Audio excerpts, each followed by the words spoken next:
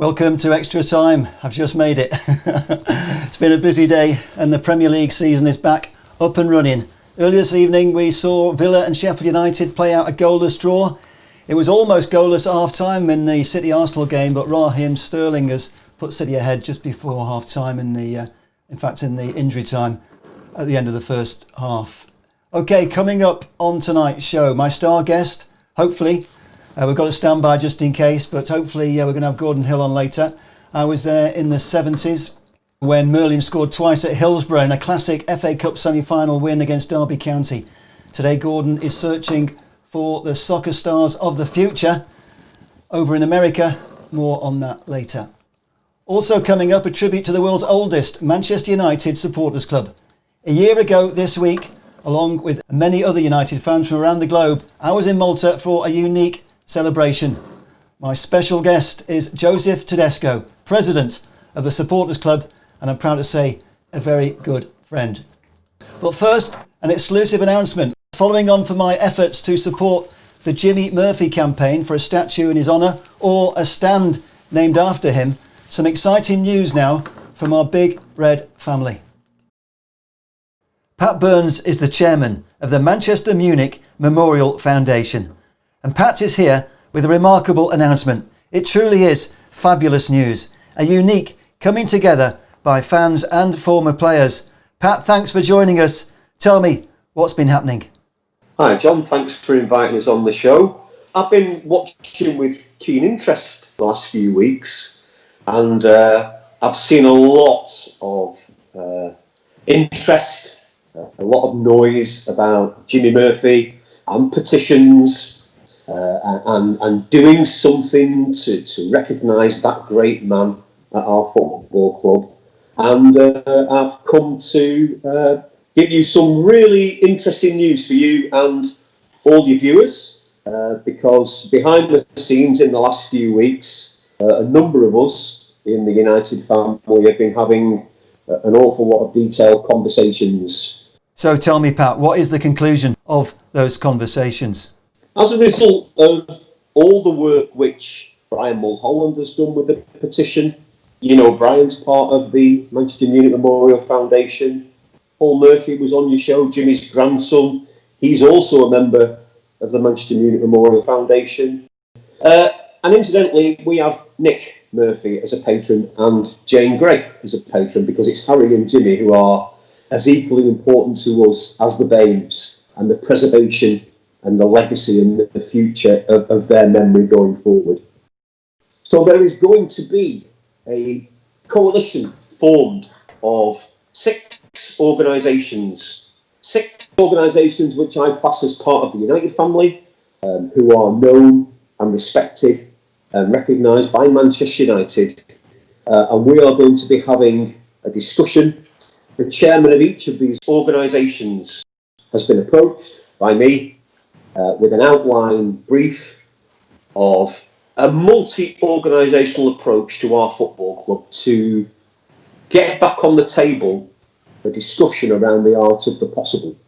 Now, whether that be a stand named in respect of Jimmy, or whether it be a statue within the confines of the Old Trafford site, all that's up for debate. The really good news is that we've got the Association of Former Manchester United Players, we've got the Duncan Edwards Foundation, Manchester United Supporters Trust, the Red Army, the singing section, the newly formed group that Rich Mill looks after, and Big Lily with Keith Norris, and ourselves, the six of us, are going to agree an approach, make that approach to Manchester United, and start having what we hope will be a sensible dialogue. We do believe that the timing's right, given everything that's happened. And for the first time, we've seen somebody from the Murphy family, Paul, who's on our working group, come out and say this is something which the Murphy family would like. I think that's a very, very important point and a very salient point. I do see on social media an awful lot of comments from United fans, and it's all laudable and it's all done with the best interest, but at the end of the day, These are the two iconic families for us, the Greggs and the Murphys, outside of the Babes. And we have to take on board their wishes and respect those wishes. So right here, right now, the time is right for a consortium to approach Manchester United to say, what can we do in the name of Jimmy Murphy? If we're talking about a statue, we can talk about fundraising. Everything's on the table. Let's see exactly what the club say to us at this moment in time. Pat, it really is exciting news. And after promoting the idea of supporting a campaign to honour Jimmy Murphy on this show every week for the past month, I'm hugely encouraged. It's trailblazing. This has never happened before. Consortium of organisations, part of the United family, coming together with a common goal and a common purpose. And I have to say, my co-chairman, Alan Wardle, Rich Milne, Keith Norris, Rose Cook-Monk, Duncan Drasdo, and myself, all with the same level of enthusiasm, desire, aspiration and hope that this might finally lead us to a successful conclusion, which is what we all want. The end game is the recognition for that great, great man at the Old Trafford Stadium, like all the other greats. Pat, that's absolutely brilliant news about the coalition and the United Front that you're going to put forward to the football club. For those who don't know about the MMMF, I'm going to shine a spotlight on the amazing work you do in my next big film, We Will Never Die. But please give our viewers a quick overview of who you are and what you do. Bearing in mind that I've come on to talk about a coalition, and it's not really about the MMMF, but we are a group of die-hard Manchester United fans who have formed a not-for-profit limited company. We're a foundation. We're applying to the Charities Commission for charity status, and our objective is to preserve and enhance where we can the memory and the legacy of the Babes. And we do that through charitable work, not just here in Manchester, but primarily in Munich and now in Belgrade as well. And you can find us on all the social media platforms if you want to know more about us. It's been said before, of course, without Jimmy Murphy, many believe there would not be a Manchester United. But this is the first time we've seen a united campaign to get him honoured at Old Trafford. That must give us more chance of getting something done. We are a united family, and there are great organisations out there. So if you think of the Association of Former Manchester United Players, the great work that they do for our ex-players, the Duncan Edwards Foundation down in Dublin, our new Red Army singing section bringing atmosphere back to the ground, Keith Norris and the great charitable work he does with Big Lily, and Duncan Drasdo from the Manchester United Supporters Trust and our own MMMF. It's unique, this, John. It optimises our chances, and that's exactly what's at the heart of this, John. Any one of these organisations could make an approach. Indeed, Alan Wardle was telling last week they made an approach and it failed. This is unique. It's never been done before. I've never known a number of organisations come together under the umbrella, under the banner of one key objective, which is to hopefully end up with some kind of recognition within the confines of the Old Trafford Stadium, our spiritual home for Jimmy. And all of the chairmen of the other organisations are as enthused and as hopeful and as, we will say, mildly confident that given our respective standing with the club, our reputation with the club and with the fan base, all of us, united together, that makes us quite a powerful lobby. If anything is going to succeed, it's these 6 organisations coming together under this one key objective. That's absolutely brilliant, Pat. We all know about Busby, of course. We always talk about the Busby Babes. The stadium address is Sumat Busby Way, and we've got the Busby statue opposite the Trinity statue. How important is it to get the balance right? And what about Harry Gregg? It's important to get the balance right, sorry, John. I'll just take you back to Paul Murphy's interview with you a couple of weeks back. and how much that meant to him, and he was speaking on behalf of the whole family. So there is a question of balance to be redressed, and Jimmy is part of that. Let me just say, when it comes to Harry, and I'm speaking as a United fan, but also as a friend of Harry, God rest him, and the family. And what Manchester United fans say is absolutely right and absolutely laudable. But we have to remember that these are families. There are heroes, there are legends, but there are two families behind these great men.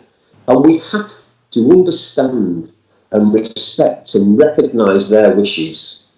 And it's only 3 months since we lost Harry, God rest him. In the fullness of time, who knows? But for now, let's focus on this redressing this balance in respect of Jimmy. And hopefully, one day, we will see something for Harry there as well, who, as you know, as I know, as thousands and millions of us know, he's the hero of Munich. Pat, that's a great answer. And I thank you for all the great work you're doing and for coming on my show. And I look forward to helping you in any way I can with this great initiative you're coordinating for Jimmy Murphy. Thank you very much, John, for inviting me on. It's an exciting time. It's not been a great year for everybody, apart from Marcus Rashford, who is an absolute star. 2020, you can forget it, but this gives us something to pull around, to focus on, hopefully to deliver for all Manchester United fans. We're excited. I know the other chairmen of the organisations that are going to be involved are excited. We think the work you do on Man United, the religion we will never die. I can't wait to see that finished film. It's going to be iconic and it's going to form part of our history forevermore. Pat Burns of the Manchester Munich Memorial Foundation, thank you. Thank you for coming on my show to announce the coalition of 6 great organisations representing fans and former players to take up the campaign to honour Jimmy Murphy. So, as my regular viewers will know, this is something I've been campaigning for weeks. I'm really chuffed with that announcement from Pat Burns. Exciting news that 6 of our most influential organisations are preparing to lobby Manchester United Football Club for a more visible tribute to the great Jimmy Murphy. Also well done, Pat, for mentioning Marcus Rashford. What an outstanding achievement this week by our young England striker, forcing a government U-turn, no less, over free school meals during the summer holidays. Marcus truly is a fabulous role model. He's already helped raise over £20 million to help feed children in need. Meantime, it's good to see he's fit and raring to go against Spurs on Friday. Surely a future Man United captain.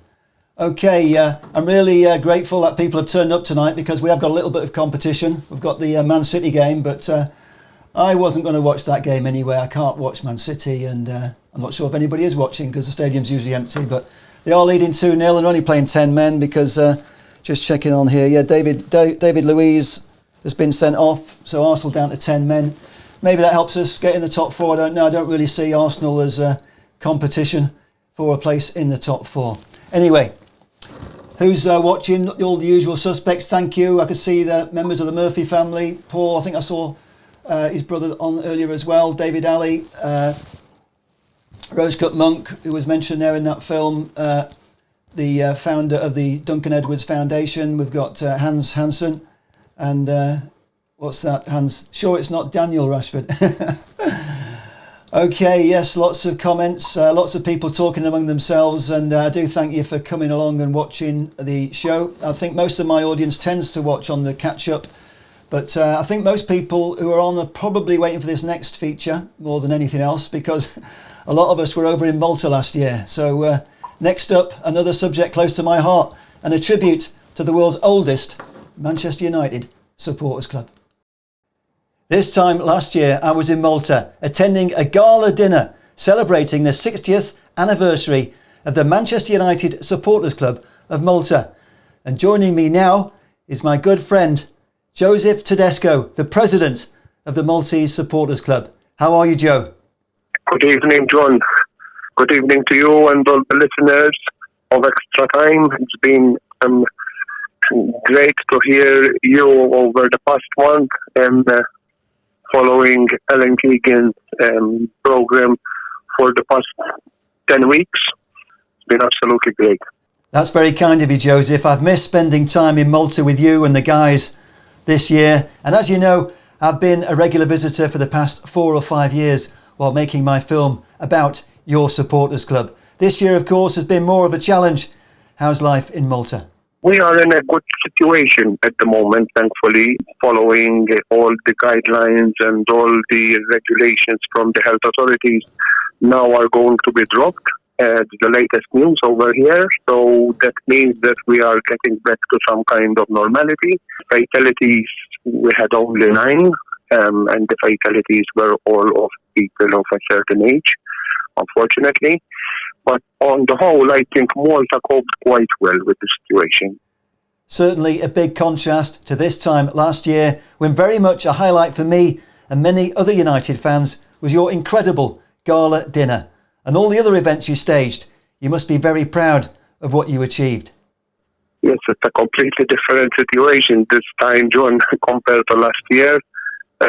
Memories are flooding in. Even on Facebook, people are posting pictures from the event we organized last year in June, on the 16th of June to be precise.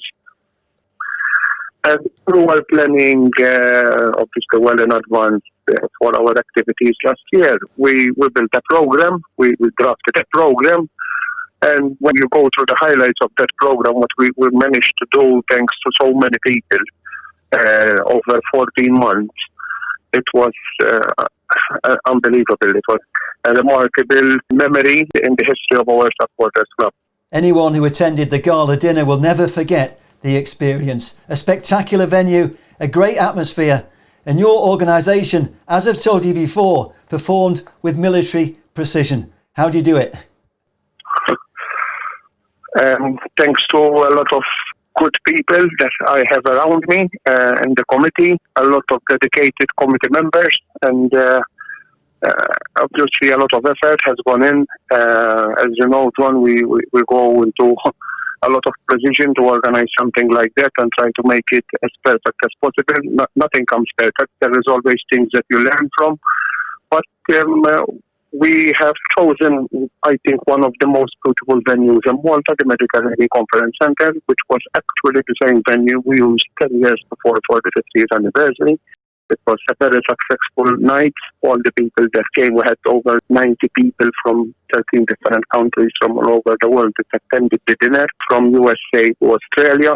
It was an unbelievable event. Thanks to so many people who helped us, not just on the night, but as you know, John, we had the days before, we had people who even came from abroad, came with us to set up the venue and to decorate the venue. As you say, Joseph, the support you received from abroad was remarkable. And one of the highlights of our trip last year was the giant flag you unveiled at the Triton Fountain and all the other flags. Tell us about that. Thanks to MUST, Man United Supporters Trust, we were given this huge 70-meter flag. Somehow we managed to transfer it to Malta. And the Saturday before the dinner, actually 15 June, Saturday, 6 o'clock in the morning, a group of us was in Valletta at the entrance near the Triton Fountain, and we opened this huge flag there. And thanks to technology, we managed to make a very nice video from high up using drones of this wonderful flag in front of Malta's capital city. It was unbelievable. It's a really great moment, proud moment as a Man United fan. Straight from there, John, then we went to the venue and we set up the venue. Probably a lot of the people hearing this program have seen pictures of that venue with all the flags hanging on top of this huge Lavalette Hall. Many flags. Keith Norris, who brought so many flags with him. Thank you, Keith. And Peter Wood, Steve Whittle, Keith O'Connor. We had the legendary Nick Murphy with us and his son Paul. Everyone giving a helping hand and helping us set up on the scaffolding all those flags on Saturday morning. That the preparation the day before was something which will not be easily erased from the memory of those who participated in it. Well, because then when you see the end result on Sunday, the people were all astonished to see that historical venue surrounded by those beautiful flags. Your supporters club has very much become a tourist destination for United fans from all around the world, and they'll all be delighted to hear that you reopened last week. Yes, actually we closed on the 12th of March when we had to play Lask in the Europa League. That was the day we closed the doors, and we opened again last Friday on the 12th of June, 3 months exactly.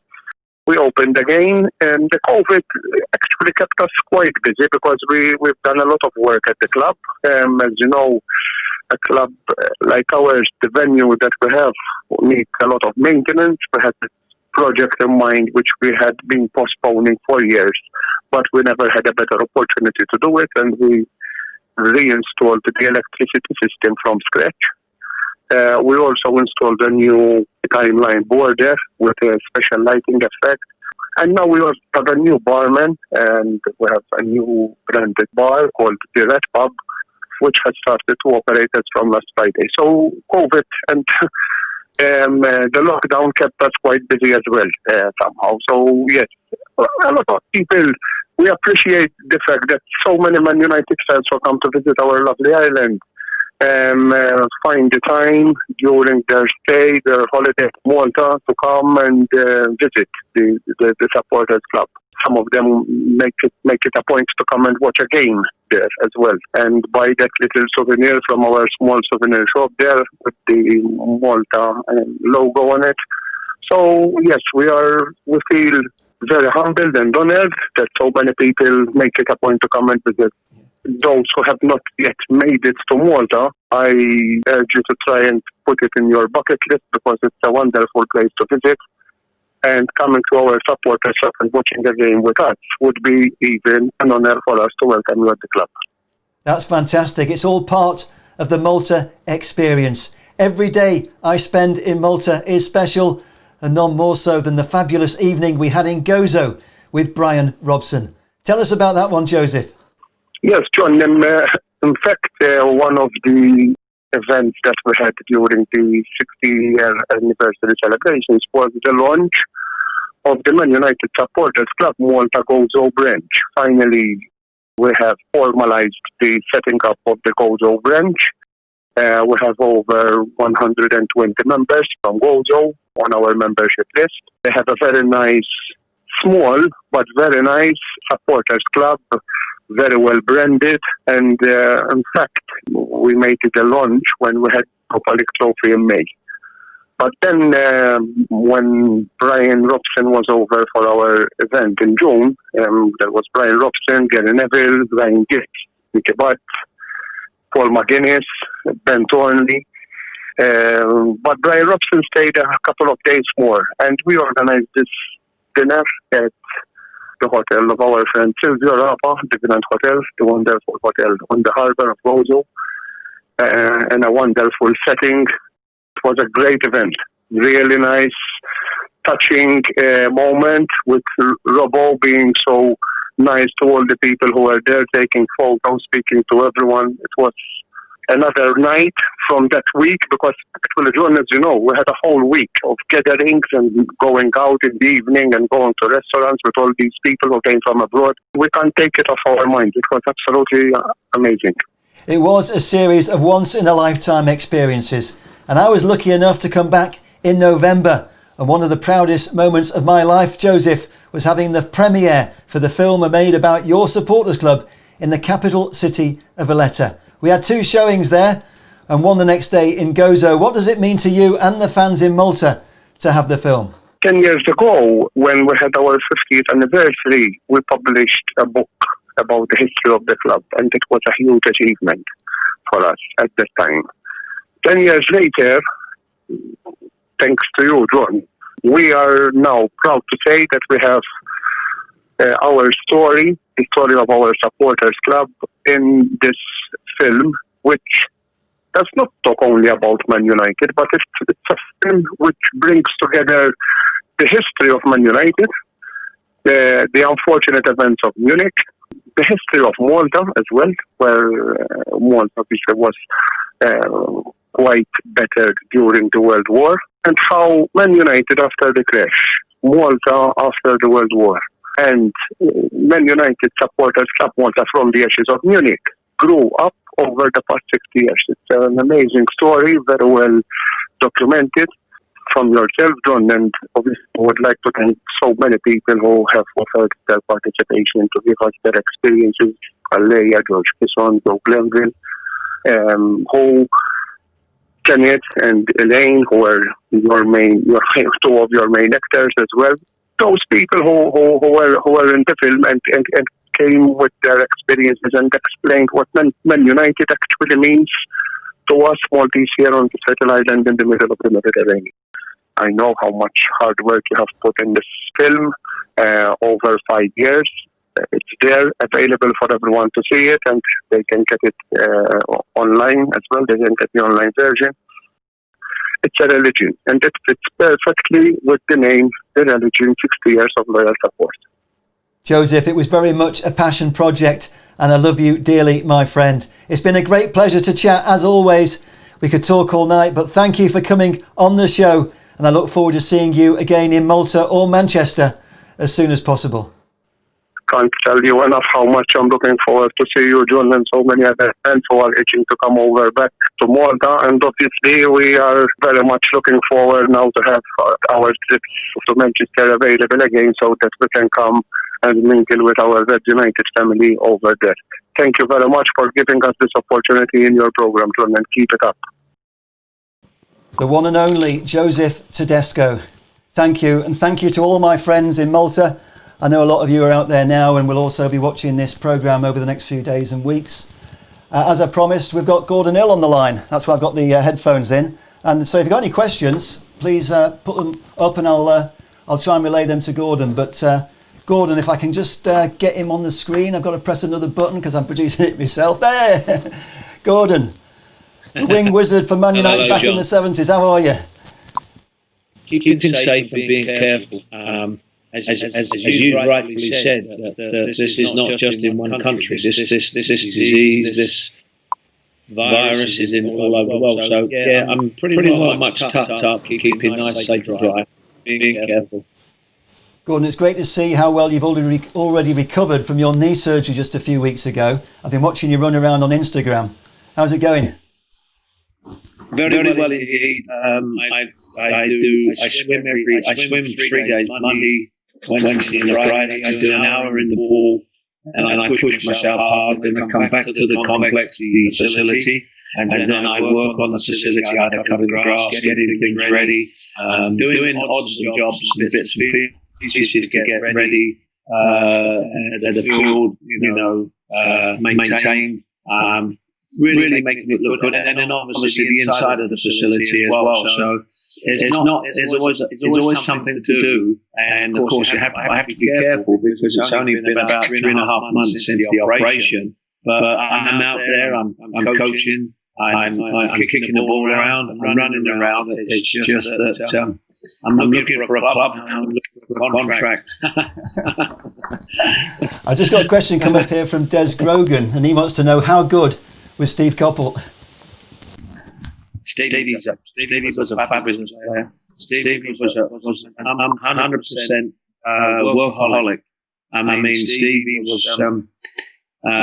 If you needed someone to track back, that was Steve. If you needed someone not to track back, that was me. The nothing about it was, though, Des, was that Stevie used to, Stevie would score about seven goals, and I scored 20 goals. But we hit it off so well that anything over the halfway line, I was going to go at that defender and try to score. And Stevie would get back and defend. And we played it off very well. Some of the time, we used to change position. I used to go on the right, Stevie would come on the left, and we inside. And it wasn't a set plan. It was like, let's have a go at it and see about it. But I've got nothing but 100% for Stevie. He was a terrific player, and was also a friend. And when I had my knee done beforehand, I went to Princess Margaret Hospital in Windsor. I flew over to have a surgeon look at my knee done Percy's ankle. And I flew over and I went through the doors as Stevie was coming out seeing the same one, and he was seeing the surgeon about his back, and I was seeing the surgeon about my knee, and we happened to bump into each other. Coincidentally, it was just like an accident. And the first thing we looked at each other and went, and I just looked and I went, yeah. And then he went, I said, my back. So it was brilliant to see him, and that's the last time I've seen him since that. But wonderful play. Absolutely. I mean, for a lot of us fans, that 70s team was one of the most exciting teams we've seen when we didn't win too many trophies. But I mean, the entertainment factor was fantastic, and I know a lot of fans who remember that era as their favourite era.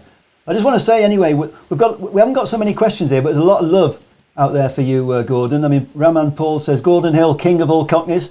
That's a popular one. Yeah.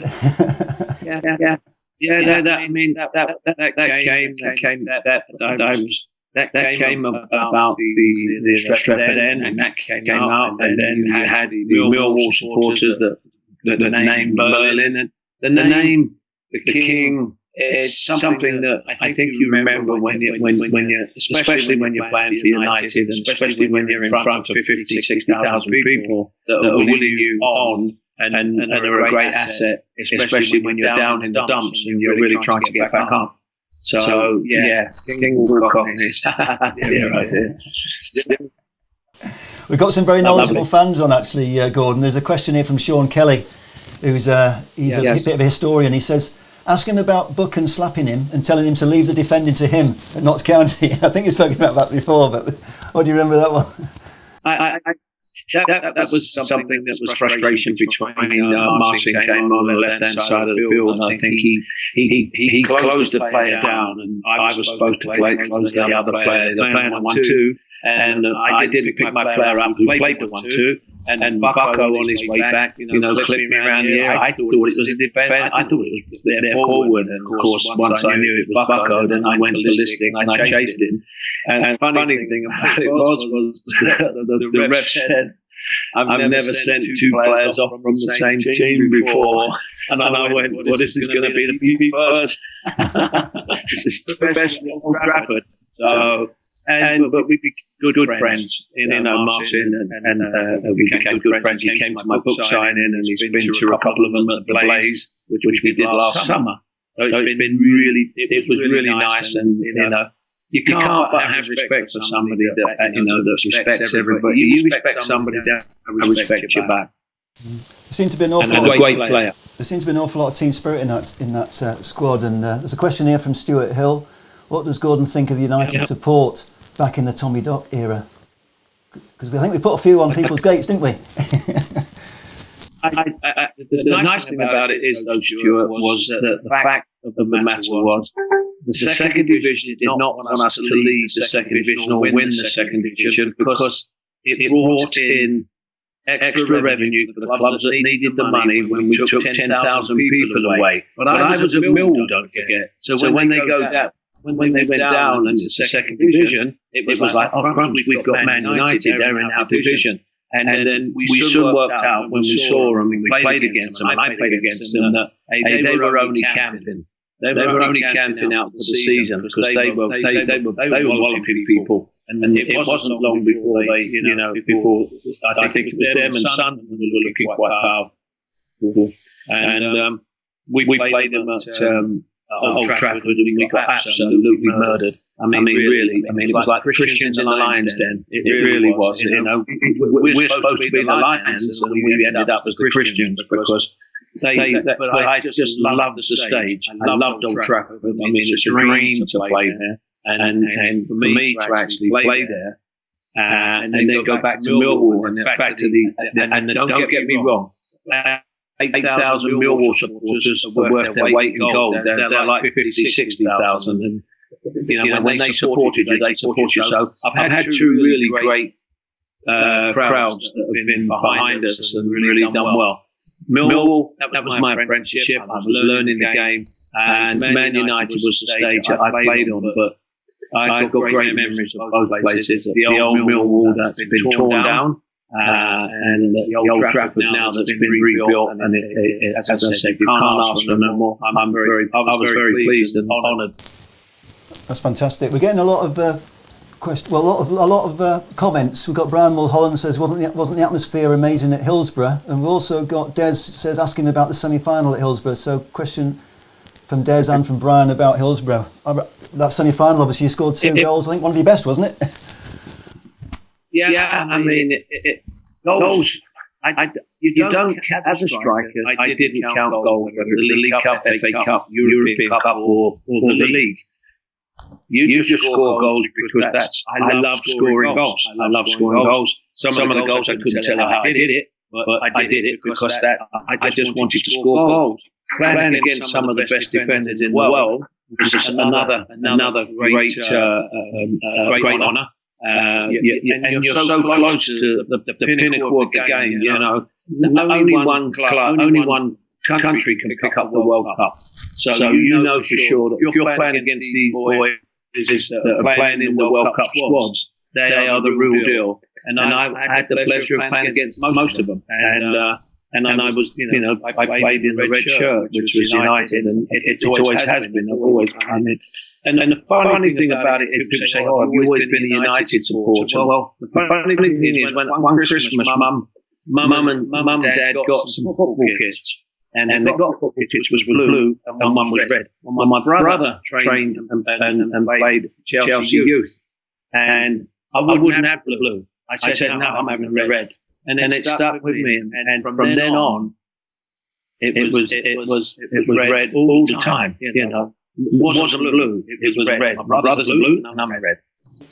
Fantastic. I could talk to you about I should tell the viewers actually that I'm working with you to help promote your new soccer academy, and I know things are a little uncertain at this stage because of the travel restrictions. But what can you tell us about the facility and what you're hoping to achieve? Well, at this moment, I'm looking out of the kitchen window, and I'm looking at the fields that we've just done. We've got two fields that are immaculately put together. We're working on the sprinkler system as we speak. The facility has got 8 bedrooms that can house 4. We've got kitchen, dining room. We've got a classroom. We've got a coach's bedroom. And a medical room. So we've got everything. The idea is to develop the young players here in the States and obviously in the UK as well, or Europe that wish to come over to the States and possibly study. But the key to it all is that we will be putting this together and having players trained as young apprentices, young pros underneath me, and they'll also be doing an education program which will be online and which will run alongside the normal school year, so that yes, they are playing. But this all really started, John, when the YTS program back in the UK, and I was in charge at Chester when I saw it, and I loved it because what it was not only using the kids and saying, okay, if you don't make it, bye, you haven't got anything behind you, and then all of a sudden, like the club saying, and the PFA had a big part in it. And what they did is they said, right, you've got to give them an education as well as football. And that's what I'm trying to achieve here is to say, okay, fine, yeah, you've got the football, I'll give you your football, but your education side of it, you cannot forget that as well. So what we've combined both, so it will be on the online courses, degrees, and whatever they wish to study. And it's really caught on because, as I said, with this epidemic, it's been really hard. So we've got this all in place. It's just so much to do in such a little time to get it prepared. So we're finishing off, getting the facility ready, and once we do that, then touch wood at the end of July, I'm holding a pro training camp where I've got about 20 players coming in, and I'll put them through the motions. I'll put them through, and then basically I can't do anything with import players at the moment because of the visa bans. So I've got, I have to go along with their guidelines. And of course, Donald Trump has said no visas, nobody can come in. So, okay, fine, I'll concentrate with the homegrowns. And people I don't think people realise how big this country is. It's got 50 states here, and it's 50 different countries. And 50 different countries do all their own. 50 different countries do their own thing, so to speak, underneath one federation. So, and it's interesting. Well, visas apart, it all sounds very exciting, Gordon. I'm sure there are many youngsters around the world who'd love to be coached by Gordon Hill when they get an opportunity in the future. But I'm guessing you believe there's already talent in the USA you can take to a higher level. Yeah. I mean, I've been around. I go to a lot of tournaments and have a look at different players, and people recommend different players. It's not a case of you need special talent. I'm not looking for an athlete. I'm looking for a player first. And then the athleticism obviously is going to help them along the way. But it's very difficult sometimes. I mean, if you think that where I am in Michigan, if you got England, you could put it in Lake Michigan and it wouldn't touch the sides. That's how big it is. So you can imagine that California is 4-hour flight. It's only six and a half hours to London. 4 hours, you've got to be in Seattle. 4 and a half hours, you're down in Florida. So the vastness of it is, so there's got to be talent. There are so many different nationalities here in the States. You've got the Europeans, you've got the South Americans, you've got the Asians. And basically what there are, there's going to be players coming out. And my job will be is to look at these players and to develop them so they can go to Europe and play, or they can stay and play in the MLS, or they can go to the USL here, which is bringing more and more players into it. And they can obviously, if they want to, they could obviously take coaching the education in the college. So the door's open, but as I said, I can't wave a magic wand and expect a player to come out overnight. It does take some time to develop. Absolutely. I mean, what you've told us, and from what I've already seen and what you showed me, it sounds really exciting, and look forward to hearing the final launch details when you're ready to announce them. Meantime, as I've got you here, United have got a game on Friday. Premier League is back up and running. Yeah. How do you expect United to perform after such a long break? Well, having said that, we spoke last week, John, about it and about the games coming up and the rehashing of a season, so to speak.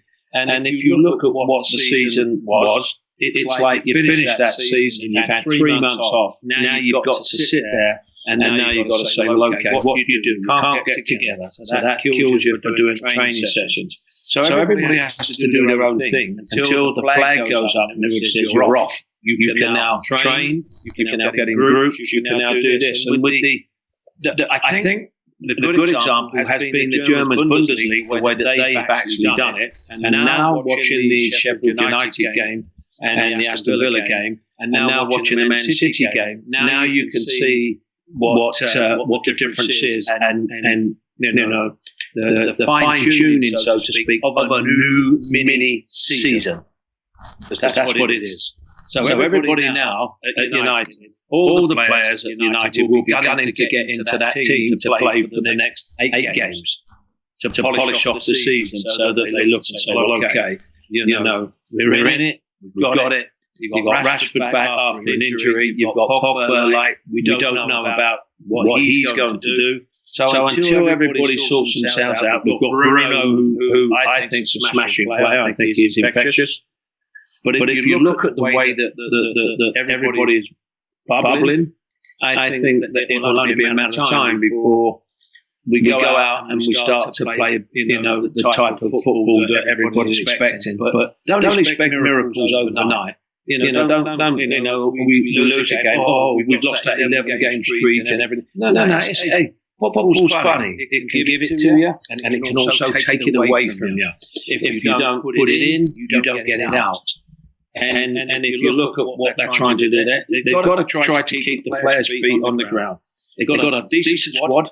Now they've got to establish a decent 11 that can go out there and cause problems because you've got a team up the road there, Liverpool, you've got Man City across the city there. It's okay, fine. We get away with maybe 8 games and then get into Europe. But it's not that I'm worried. It's, hey, let's get in and get ourselves and start to challenge for the new season. You've made my job really easy tonight, Gordon, because you talk so well, and I can just let's sit here and listen like the viewers at home, and it's been fantastic. It's really great to hear your views from across the pond, and to hear some views from a guy who's been there and done it. And I'd like to thank you for being on the show. And if you're free next week, maybe we can get you back after the Sheffield United game. Maybe we can talk about how that one goes. Yeah. I mean, I think you'll find that as the season starts to taper down and people start to get into situations where they need points, they don't need points. We've seen the video. I've seen the video of the goals scored and wasn't scored and all this. We're going to get a lot of that. But what the nice thing I like about it is that if people and supporters really listen, they'll listen to what players are saying on the field. Apart from the imitation noise that's coming up, which is great, they'll listen to different instructions from different players. And so it's a learning point to say, oh, why didn't he do that? And all of a sudden somebody in his ear has told him to do something else. So on the other side of it, for the supporters, I feel sad about it because you never can beat the supporters in the ground. Never. You won't never. That's football. They are there. They're with you. They fight. They sing. They lose. They lose with you. You're just performing for them. But what happens is that I always say to young pros that are there, listen, if you don't like playing in front of nobody, then you shouldn't be wanting to play in the reserves, because the reserves, there's nobody there to watch you in the reserves. There's one man and his dog, and then you go on a Thursday afternoon to Bristol City and get stuffed at Bristol on a cold, wet, miserable afternoon and have to travel back, and then there's nobody in the stands. That's why you don't want to play in reserves. That's why you want to always try to get into the first team and stay there. And that's, I have to put it, but as a pro, you should be able to play anywhere. Actually, I just wanted to mention, you normally have your soccer camps over in the UK, and I spent a couple of days with you last year, and impressed by the kind of the overall education you give these guys, on how to learn by going to different football clubs, everything from Carrington to sort of non-league games, and it really is, you really do go into a lot of detail. You're not just teaching them how to play football, you're teaching them to get ready for preparing for different situations, and also with your soccer camp over there, you're going to be looking to educate these guys. So it is pretty much a passion that you've got a passion, haven't you, for this? Yeah. I love it when I get a 12-year-old, any earlier than 12, and I think, now I think you should let them just be kids up to a certain age, rather than just say, we've got to get them in the academy team at 8, 9. For me, it's too soon. But having said that, there's going to be people that are arguing the point. It's all about opinions, and that's my opinion. But if you look at the way that these young players come through, the players need to be taught that it's not only playing the game, it's also how you conduct yourself. There are 4 factors, John. There is a psychological fitness, technical, tactical. Those 4 elements go into the game. They've always been in the game. And the biggest one of all is the psychological. And if you've got a kid that wants it more than another kid, I guarantee you that kid will go get it. You can't give that to a player. They've got to have it. So you can say, oh, he's fantastic. And I think everybody out there that's watching and listening will understand that they've had friends of theirs that said, he's the best player. He should be a pro. But he wasn't. And why wasn't he a pro? Because there's one of those elements that is missing. And normally it's the psychological, where you've got to turn up on 9 o'clock every night. So it's at 9 o'clock training, 9 o'clock, and all of a sudden you miss 2 or 3, and all of a sudden the people that are coaching you turn around and say, hold on a minute, is he going to turn up for a game? Will he turn up for a game? Fantastic player, but would you play him if he's not in it? If he's not psychologically, he's got to have his mind in it. Those are the four elements that I work on all the time. And then there's only three practice elements: control, pass, and move. If you can control the ball, you can play anywhere in this world, but you've got to be able to control it. It's got to be dead. It's your ball. You're the master of it. And once they do that, then it becomes options. Whatever you wish to do with the ball, it will allow you to do it, and it will play with you. Gordon, that's my development of young. It's absolutely fascinating. I mean, I need to stop you, I think, because otherwise we're going to be here all night.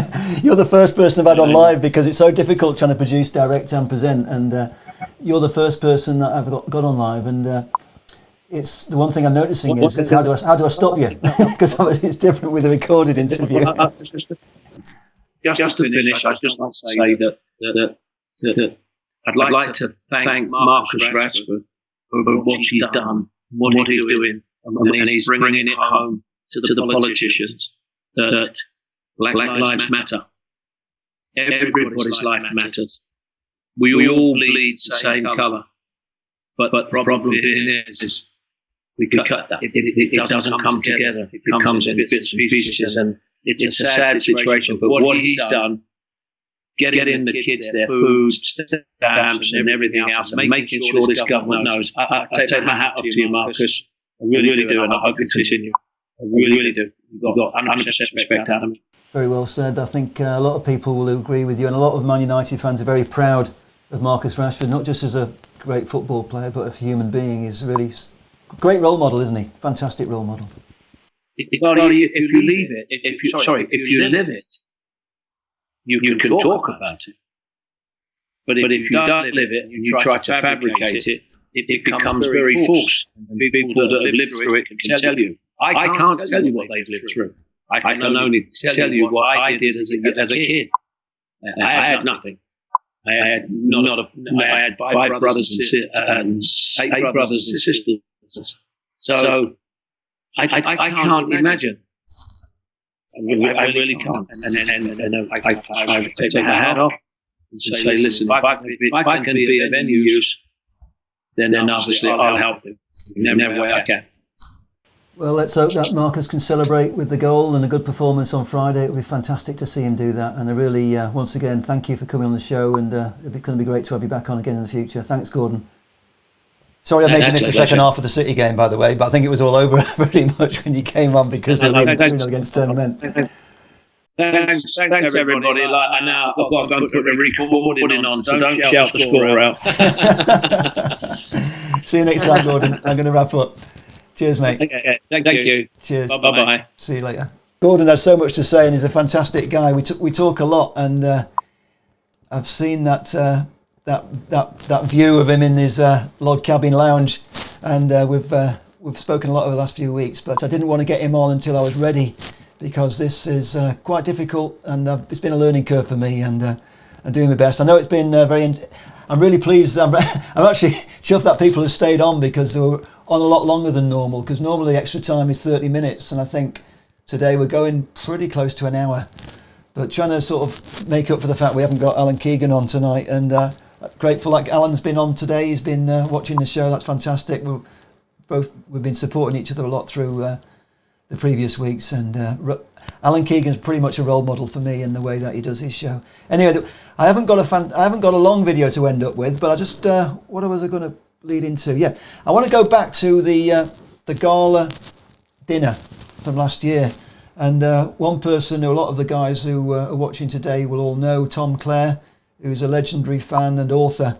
He made a little speech from the stage, and that's going to be my little outro. So I think it's only 2 or 3 minutes, but Tom Clare, we all love you, my friend, and we all wish you the best. I know you've had a health battle over the last few years, but you're a fighter, and we all support you. So just going to sign off with Tom Clare, and thanks once again to all my guests tonight. Pat Burns for his exclusive announcement.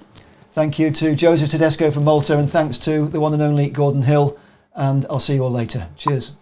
Now, ladies and gentlemen, we mentioned before, we have a gentleman all the way from the USA. Will you please welcome Mr. Tom Clare, ladies and gentlemen. Thank you.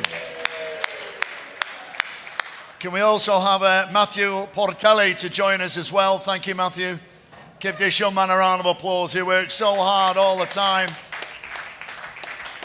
Here we are, Thomas Clare, author of many, many books to do with Manchester United, lifetime fan. Thank you, Tom. Okay, you all right, John? Thank you.